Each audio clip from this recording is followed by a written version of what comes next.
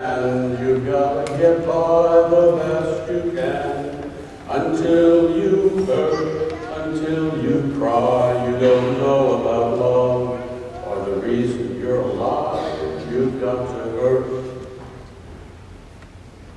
Sorry to expose you to my poor singing and dating my age. But Carly Simon's song pretty much captures what Jesus did for us on the cross. Love and hurt go hand in hand. Always have, always will. And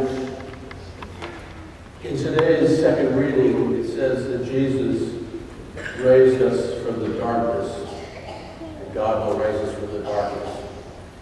So the question is God strong enough, and does he have enough love to pull us out of that darkness when we experience the hurt of love? We are fortunate that as Catholics we believe that God reveals himself to us not just through Scripture, but also through nature. And in the homily we talk about the Scripture. Today, let's also bring in our study of nature. And that concept was reinforced by St. Augustine in the 4th century when he said, miracles don't defy the rules of nature, but they only point out that we don't know nature fully. Today is the feast of Christ the King of the universe. It's the last Sunday in the liturgical calendar. And if we're going to understand that Christ is King of the universe, we should look at nature and what Christ has created. The same way we would look at a painting by Van Gogh or an invention by Da Vinci. It tells us something about the person who created those. The universe, it trips off our tongues so lightly. The universe started as a singularity that had no length, width, or depth, or light, no disorganization. The universe came from outside space and time with perfect order. Aren't those the attributes that we give to God? And it exploded, and it's accelerating in its expansion at such a high rate that if we were to travel at the speed of light for a year, 5.9 trillion miles, it would take 156 billion years to traverse the universe. It exploded 13.7 billion years ago. The universe contains 100 billion galaxies and 20 billion trillion stars. We look at the Milky Way, and all we're looking at is the tail of our own galaxy, which is a standard galaxy. It contains 20 billion stars, perhaps as many as 40 billion Earth-like planets. And all of that's been just described, all of those stars, all of those planets, those galaxies, the visible universe, it makes up only 4% of the visible universe. The other 96% of the universe is invisible, dark energy and dark matter. The second reading today talks about God creating both the visible and the invisible. When that was written, those local people didn't have a clue how big the invisible is. And to create something that magnificent, it is absolutely impossible for us to get a comprehension of the magnitude of God's power. The numbers defy our imagination. Evolution is the way life proceeds in the universe. God is creating through evolution all the time, creating and recreating. Stars are being born and dying. Humans are being born and then reborn to eternal life. And it's a constant increase in consciousness. Teilhard de Chardin, Father Teilhard de Chardin, a scientist and a mystic, said that it's the expansion of our consciousness that is really part of the creative process of evolution.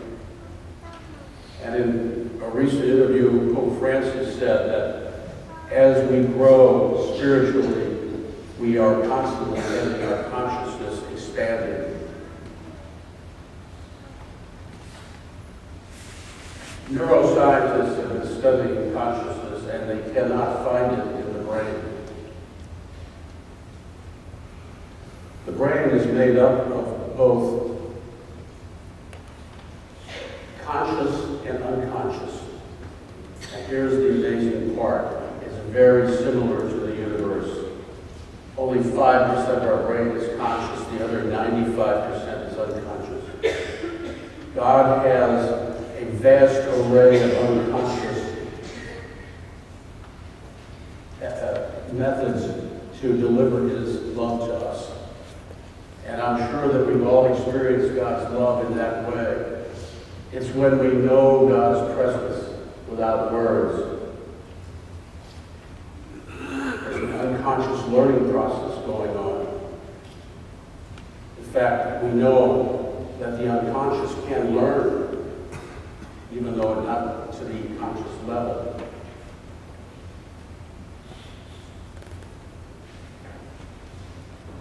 The very essence of nature prevents us from fully knowing nature. And I can understand why, I'm sure we can. There's so much invisible matter and so much unconscious. The magnitude of God's creation can't possibly give us a full appreciation for the magnitude of His power. And how does God give us the magnitude of His love in the same grandiose way? We are fortunate to be Christians because the biggest move God could make to display the magnanimous nature of His love was to be incarnate, to become one of us. God Himself dies for us. That's the equivalent magnitude of love that you see in the magnitude of the universe. St. Bonaventure said, it wasn't sin that brought God to earth and incarnate. It was His excess love. It was His way of saying, I love you. He didn't have to earn salvation. He just came. So partly Simon was right. Hurt and love go together. And so we are only asked to seek truth and love as God is loved. And in the seeking of the truth, I'm sure we've heard people say, I belong to a non-denominational church. There is no such thing as a non-denominational church. When a person hangs up their shingle and says, I'm pastor, they have then created their own denomination. That's why there are over 40,000 Christian denominations, and they depend on their existence from the congregations agreeing with the message. We've all heard, I'm sure, that I'm not part of organized religion. That's tantamount to saying, I would say, do you prefer disorganized religion? Both the terms non-denominational and not organized are backhanded slaps at the search for truth. So the question is back again. Is God big enough and therefore become expansive enough through our suffering with love. Can we get mad at God? Is he big enough to take it? And does he know that we are small enough to dish it out? If we've lost a loved one, can we recognize that in the love of the joy and the hurt, it's a package deal. It's love.